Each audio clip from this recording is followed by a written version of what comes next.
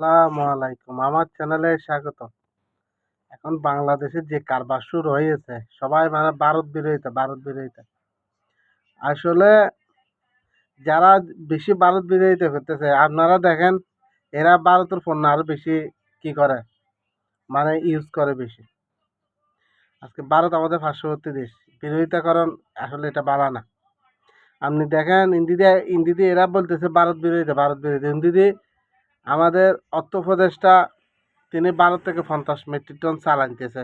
আজকে দেখলাম খবরে কি হরে বাংলাদেশের 5টি ফ্লাইট কলকাতা বিমানবন্দরে অবতরণ করেছে। এখন যারা বলে দিল্লি না ঢাকা, এখন পরিস্থিতি এদের মুখটা কোথায় রইল?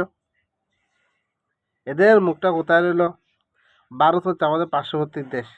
আমরা কোনো কিছু হলে চিকিৎসার জন্য ভারতে যাই। তো ভারত বিরোধিতা করে কী যে লাভটা হইব আমাদের? ভারত হচ্ছে বিশ্বের অর্থনৈতিক দেশ।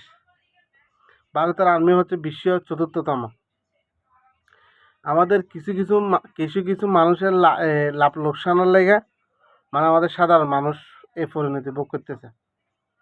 আমাদের কথা হচ্ছে আপনারা সবাই মিলে একসাথে মিলে দেশ চালান, একসাথে মিলে সব কিছু করেন।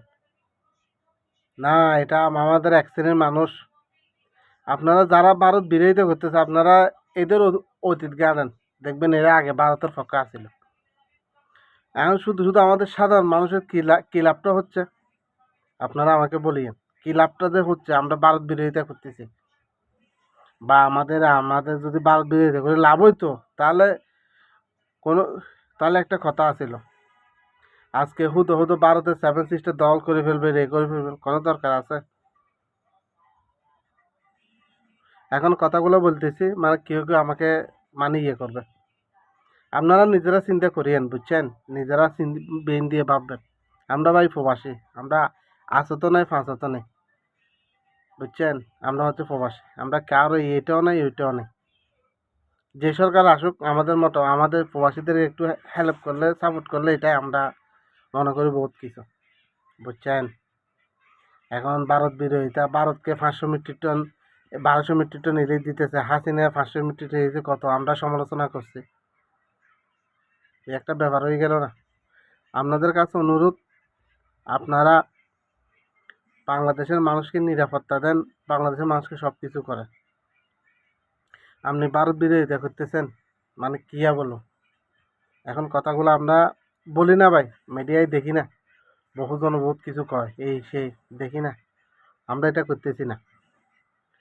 আজকে মানে কিছু কথা বললাম আরে, মানে দেখতেছি মানে সবাই যে এই বিরোধিতা এই ভারতকে খেপাচ্ছে, এই 7 সিটের দল করবে, এটা দল করবে, এটা কোনো দরকার আছে? কেমনে আমাদের দেশের মানুষ নিরাপত্তা থাকবে, আমাদের দেশ কীভাবে সুন্দর করে চলবো, সবাই নিয়ে যদি এটা কথাবার্তা বলে, আমরা মনে করি ভালো। কেউ আবার রাজনীতি নেবেন না, আমি আপনাদের বারবার কইতেছি, কেউ রাজনীতি হিসেবে ট্যাগ দিবেন না, বুঝছেন? যেটা আমার মন্তব্য ব্যক্তিগত, এটা আপনাদের সাথে আমি শেয়ার করলাম। এগুলা কি জন্য আমরা প্রবাসীরা কার একুলো নাই, যে কোনো সরকার হলে বাংলাদেশ সুষ্ঠুভাবে চললে, সুন্দরভাবে চললে, আমরা এটা চাই।